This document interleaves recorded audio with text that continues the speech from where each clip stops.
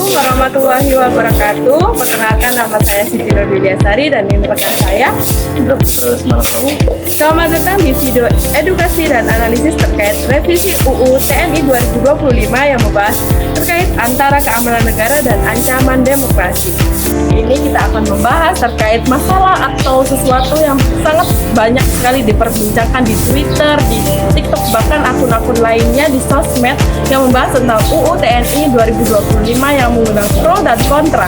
Mari kita bahas satu-satu. Let's go! Kita membahas tentang UU TNI 2025, yaitu berisi tentang Tentara Nasional Indonesia.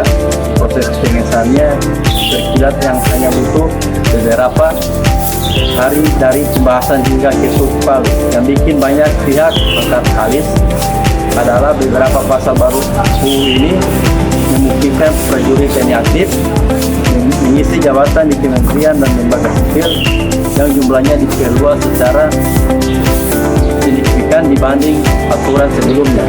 Artinya militer bisa masuk ke ranah pemerintah sipil dengan cara lebih luas dari sebelumnya. Jadi guys, semua kasus yang ada di Twitter, kemudian di TikTok, bahkan di IG sekalipun yang membahas tentang revisi UU TNI 2025 ini yang sudah dijelaskan oleh teman saya tadi, itu berdampak secara langsung kepada demokrasi kita loh guys. Bahaya kan? Jadi kita bahas di materi selanjutnya. Oke guys, gini guys, pada tanggal 20 Maret 2025 DPR RI secara resmi mengesahkan revisi Undang-Undang Nomor 34 Tahun 2004 tentang Tentara Nasional Indonesia. Proses pengesahannya seperkilat hanya butuh beberapa hari dari pembahasan hingga ketuk palu.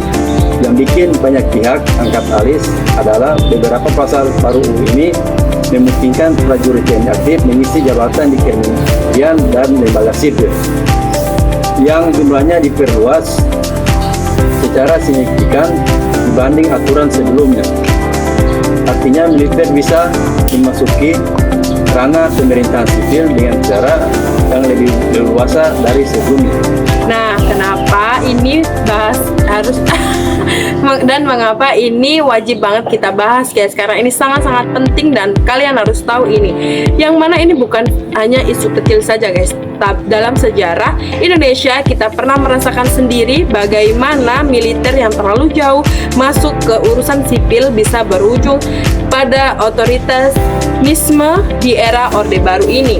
Kemudian reformasi 1998 salah satu tujuan besarnya adalah memisahkan fungsi militer dan fungsi sipil. Kemudian ini yang kita sebut sebagai supremasi sipil. Kedua, lihat data berikut, yang mana berdasarkan draft revisi yang beredar, jumlah kementerian lembaga yang bisa diisi perwira TNI aktif bertambah dari 10 menjadi 14 instansi, yang mana ini merupakan gelombang penolakan juga masif, mulai dari kondisi masyarakat sipil, kemudian bahkan mahasiswa demokrasi sekalipun terjadi di berbagai kota besar di Indonesia untuk menyuarakan suara rakyat dan mereka adalah wakil dari rakyat. Hai guys, sebelum kita membahas lebih lanjut dan lebih inti, kita harus paham dulu beberapa kunci yang akan kita bahas di episode-episode selanjutnya. Yang pertama terkait demokrasi, yang mana demokrasi bukan cuma soal pemilu saja guys. Menurut Robert Jahi, demokrasi yang sehat memasyarakatkan adanya kontrol sipil atas militer. Artinya pemerintahan harus dijalankan oleh representasi rakyat sipil. Kemudian bukan oleh kekuatan yang bersenjata. Kemudian yang kedua itu terkait konstitusi, yang mana konstitusi tertinggi yaitu Undang-Undang Dasar 1945. Kita adalah hukum yang tertinggi di negara kita. Kemudian Dalam pasal 30 Undang-Undang Dasar 1945 menegaskan bahwa TNI memiliki peran dalam pertahanan negara, bukan dalam urusan pemerintahan sipil atau pemerintahan sehari-hari.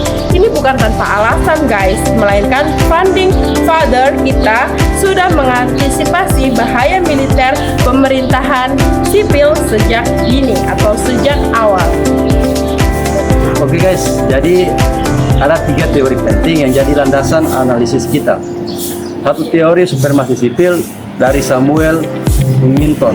Huntington bilang hubungan sehat antara militer dan sipil adalah ketika militer profesional dan tunduk pada otoritas sipil yang legitimate.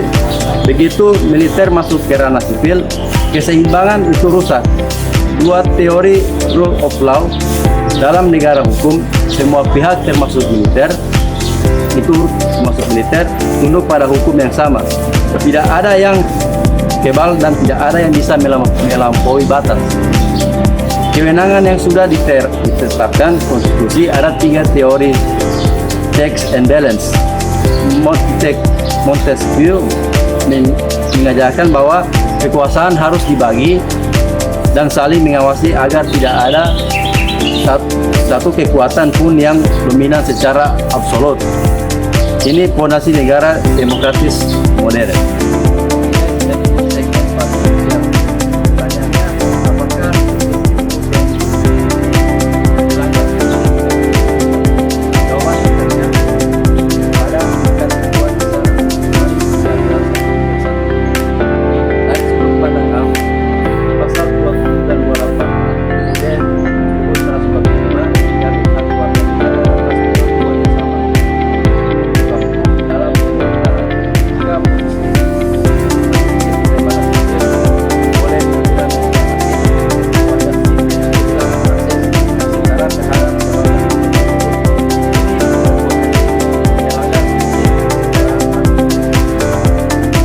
Kita bahas terkait check and balance dan rule of law, yang mana dari sudut pandang check and balance menyatakan ketika TNI aktif bisa menduduki posisi di kementerian, pengawasan sipil atas institusi tersebut menjadi lemah. Kenapa? Karena struktur komando militer berbeda dengan birokrasi sipil.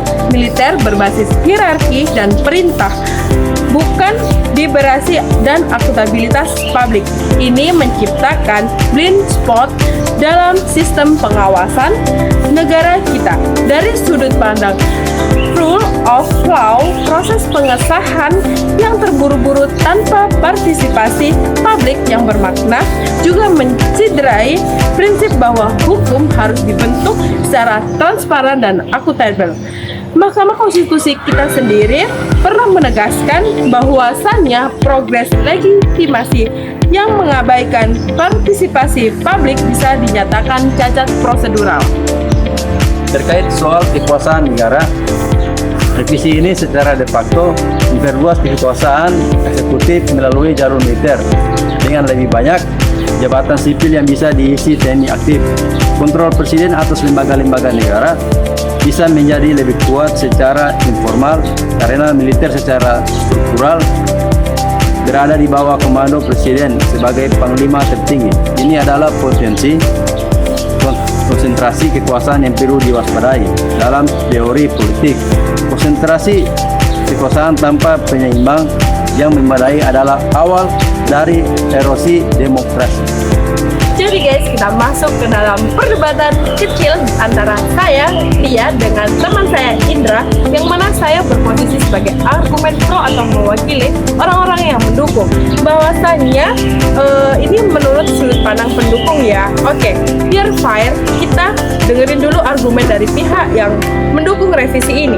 Yang mana argumen pertama terkait efisiensi, pendukung berkata perwira TNI punya disiplin yang tinggi, kemudian kapasitas manajerial yang kuat dan bisa mempercepat birokrasi yang selama ini bergerak secara lambat. Kemudian argumen yang kedua terkait konteks keamanan. Di tengah ancaman terorisme ini, konflik perbatasan dan eskalasi eskalasi geopolitik mengintegrasikan TNI dalam koordinasi lintas lembaga dianggap logis dan secara strategis. Kemudian yang argumen ketiga atau argumen terakhir menyatakan bahwasanya legitimasi legalitas formal, yang mana undang-undang ini sudah disetujui oleh DPR, kemudian representasi rakyat yang sah. Jadi secara prosedural formal sudah demokratis atau sudah dianggap sah-sah saja. Oke guys, jadi saya di sini sebagai tim kontra, dan di mana kita perlu etika tinggi di sini soal efisiensi pemerintahan yang baik, bukan soal kecepatan semata, tapi soal akuntabilitas militer terlatih untuk taat kepada komando, bukan untuk mempertanggungjawabkan keputusan kepada publik. Soal keamanan, koordinasi bisa dilakukan tanpa harus menetapkan bahwa perwira aktif masih di sipil. Ada cara lain untuk koordinasi atau penugasan sementara yang tidak merombak struktur. Dan soal legitimasi formal ini yang paling kritis. Demokrasi bukan cuma prosedur voting, demokrasi substansi. Menurut partisipasi bermakna dari rakyat, pengesahan yang kilat, minim konsultasi publik dan diabaikan suara masyarakat sipil bukan demokrasi yang sehat. Itu merupakan sedikit cuplikan pembahasan terkait UU Revisi TNI 2025 yang dimana pasti kalian bertanya-tanya apa sih dampaknya kepada demokrasi kita dan apa sih yang harus kita khawatirkan. Jadi guys, ada 3 hal yang menurut kita itu harus tahu sehingga kita itu bisa mencegah hal-hal yang nantinya akan merugikan kita sendiri, negara, dan semua pihak-pihak, terutama pemerintahan sipil. Yang pertama itu presiden berbahaya. Mengapa berbahaya guys? Karena semakin masuk TNI ini ke dalam ranah sipil itu tidak memungkinkan ke depannya pasti TNI itu semakin leluasa untuk masuk ke dalam pemerintahan sipil dan menguasai ranah sipil secara leluasa atau secara semena-mena, kita nggak tahu. Kemudian yang kedua itu merupakan melemahnya oposisi dan pengawasan, yang dimana ketika lembaga-lembaga negara diisi figur yang berasal dari hierarki komando militer, itu akan berdampak independensi institusi tersebut patut dipertanyakan. Kemudian dari yang ketiga itu kepercayaan publik yang mulai runtuh, dan bagaimana rakyat bisa percaya pada sistem ketika proses pembuatan hukumnya sendiri terkesan tidak inklusi atau tidak terbuka seperti itu. 2, 3. Oke guys, kita sudah sampai di ujung video. Dari analisis yang sudah kita lakukan, bisa kita simpulkan revisi UU TNI 2025 mengandung sejumlah pasal yang berpotensi bertabrakan dengan prinsip-prinsip konstitusi kita, khususnya dalam hal supremasi sipil, check and balance, perlindungan HAM, dan rule of law. Prosesnya yang kilat dan minim partisipasi publik juga menambah legitimasi deflik dari UU ini. Ini bukan berarti militer adalah musuh demokrasi, tapi batas peran yang secara jelas antara sipil dan militer adalah syarat sebuah negara demokrasi yang sehat. Jadi guys, setelah panjangnya tadi video kita membahas terkait analisis UU Revisi TNI 2025, ini merupakan rekomendasi atau solusi yang kami berikan untuk teman-teman agar teman-teman itu tahu apa saja sih yang harus kita lakukan. Jadi guys, ada beberapa rekomendasi. Yang pertama itu tentang judicial review. Yang apa itu? Masyarakat sipil, akademisi, atau lembaga terkait bisa mengajukan uji materi ke Mahkamah Konstitusi untuk mengkaji pasal-pasal yang bermasalah. Kemudian yang kedua itu transparansi legislasi. DPR dan pemerintah harus memastikan setiap revisi UU strategis dan melibatkan konsultasi publik yang meaningful. Kemudian bukan sekedar formalitas saja. Yang ketiga merupakan penguatan lembaga sipil. Komnas HAM, Ombudsman, dan lembaga pengawas independen perlu diperkuat lagi kapasitasnya agar bisa menjadi penyeimbang yang efektif. Kemudian yang keempat dan yang terakhir merupakan literasi demokrasi, yang mana kita sebagai generasi muda harus kritis, vokal, dan melek akan konstitusi guys, agar kita itu nggak diakal-akali. Jadi karena demokrasi itu butuh warga yang aktif, bukan yang pasif, terutama Gen Z. Itu merupakan video edukasi yang bisa kami berikan, yang dimana jangan lupa guys, kita harus peka terhadap demokrasi dan kita sebagai penjaga demokrasi di negara kita agar tidak ada oknum-oknum yang memanfaatkan demokrasi kita. Kemudian kita memiliki peran yang sangat penting untuk demokrasi kita di negara kita sendiri. Karena konstitusi bukan cuma teks di atas kertas. Dia adalah janji kita bersama sebagai bangsa. Jadi itu merupakan pesan yang bisa kami sampaikan terkait video ini, terkait Undang-Undang Revisi TNI 2025, yang mana kita lebih fokus kepada demokrasi, HAM, dan konstitusinya. Jadi untuk Gen Z, kita usahakan untuk peka terhadap negara kita sendiri. Saya Siti Nurhiliasari. Saya Indra Pratama. Kami pamit undur diri. Jangan lupa like, comment, and subscribe. Terima kasih guys. Assalamualaikum warahmatullahi wabarakatuh.